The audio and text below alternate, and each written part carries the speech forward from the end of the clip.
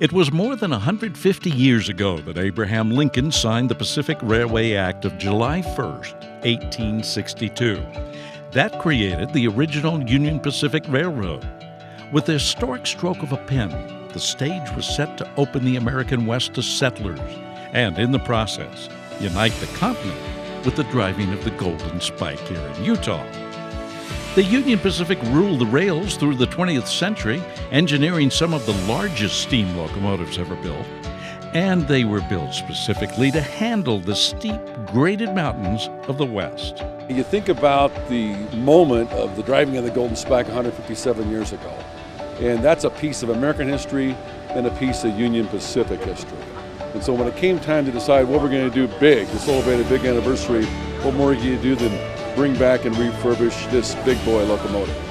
25 big boy steam locomotives were built exclusively for the Union Pacific, the first being delivered in 1941.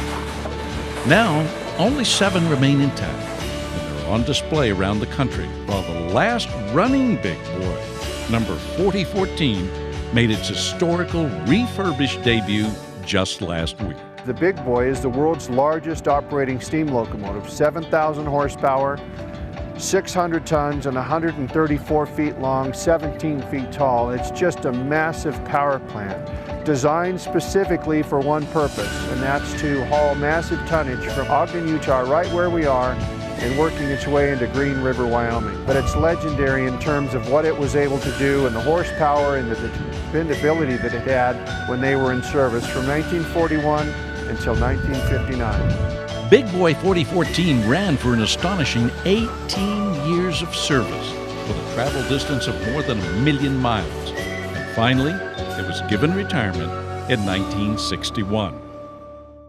To bring the Big Boy back to life was no easy task because the parts for these steam locomotives are more rare than the trains themselves. You literally had to make the tools. I mean, it wasn't the size of wrench you needed and the size of ratchet you need for a typical automobile, you didn't have.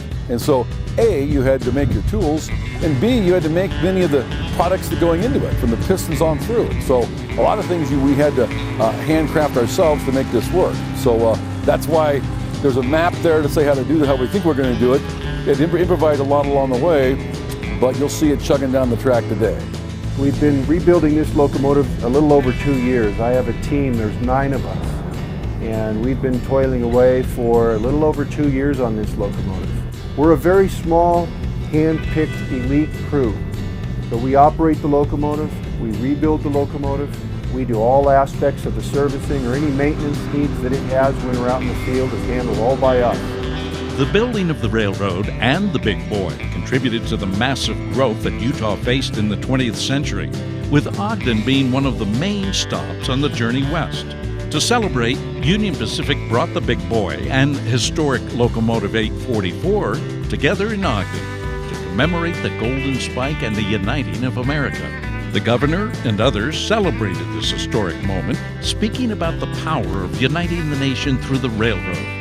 Let's learn the lesson of dreaming big, of setting aside differences, coming together, working hard, and working together. And in doing so, we can accomplish anything. Now, the Big Boy will be making its way across Union Pacific lines throughout the country this summer. It's celebrating the history of the railroad and the uniting of our country 150 years ago. For At Your Leisure, I'm Terry Wood.